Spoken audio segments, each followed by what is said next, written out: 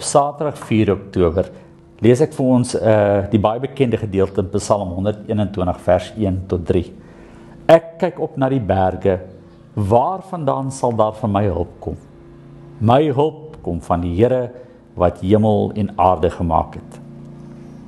Die afgelope maand het die seisoen merkbaar om ons verander. Die groen het in die val van die winter begin deurbreek en die lig van die dag het merkbaar gerek. En so breek 'n nuwe seisoen vir ons deur. In die afgelope maand het ons baie nagedink oor hoe God op 'n besondere manier in en deur sy skepping by ons is en met ons besig is. En soos wat nog 'n seisoen by ons verbygaan, bring Psalm 121 ons by die besondere plek van vertroue.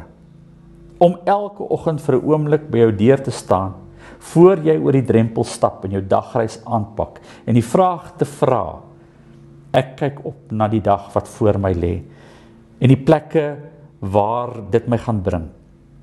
Waar sal daar vandag vir my hulp kom?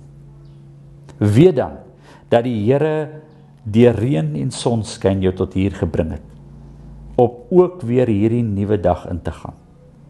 Mag jy ook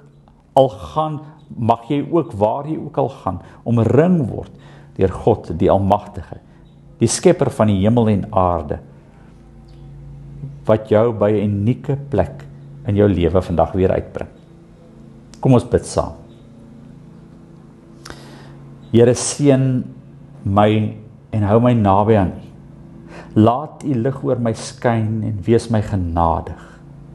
Here, draai U aangesig in hierdie dag as ek oor my drempel stap na my toe en gee my U volmaakte vrede.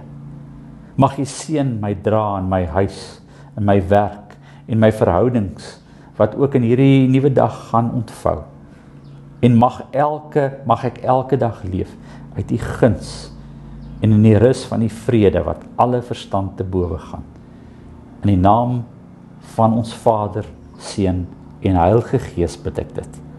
Amen.